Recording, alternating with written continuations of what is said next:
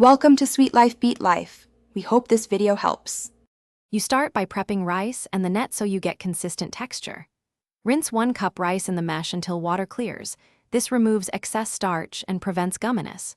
Once done, shake to drain, then let the rice sit in the net for 5 minutes to release surface water.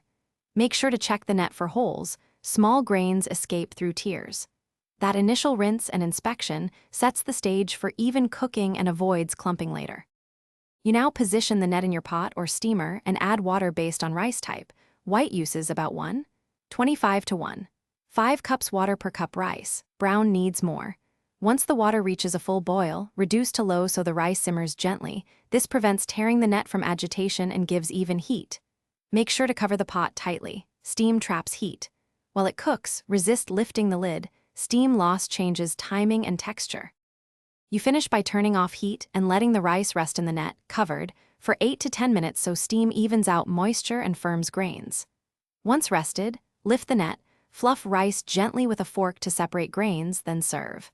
If grains stick together or feel wet, make an adjustment. Reduce water by roughly 10 to 15% next time, or increase rinse time. Keep one troubleshooting tip. If grains fall through, replace or double layer them.